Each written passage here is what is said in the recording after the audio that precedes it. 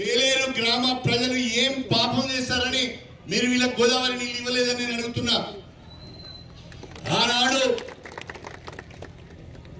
కేసీఆర్ ఇంట్లోనే ఉండేది, కేసీఆర్ చుట్టే తిరుగుతూ ఉండేది ఆ పెద్ద మనిషి. మరి ఎందుకు ఆ రోజు ఆ పనులు చేయించలేకపోయారు? గండి రామారం ఎత్తిపోతల పథకాన్ని ఎందుకు పూర్తి చేయలేదు? వేలేరు మండలంలో మండల కాంప్లెక్స్ ఎందుకు నిర్మాణం చేయలేదు? సమాధానం చెప్పవలసిన అవసరం ఉన్నది. మొన్న కేసీఆర్ గారి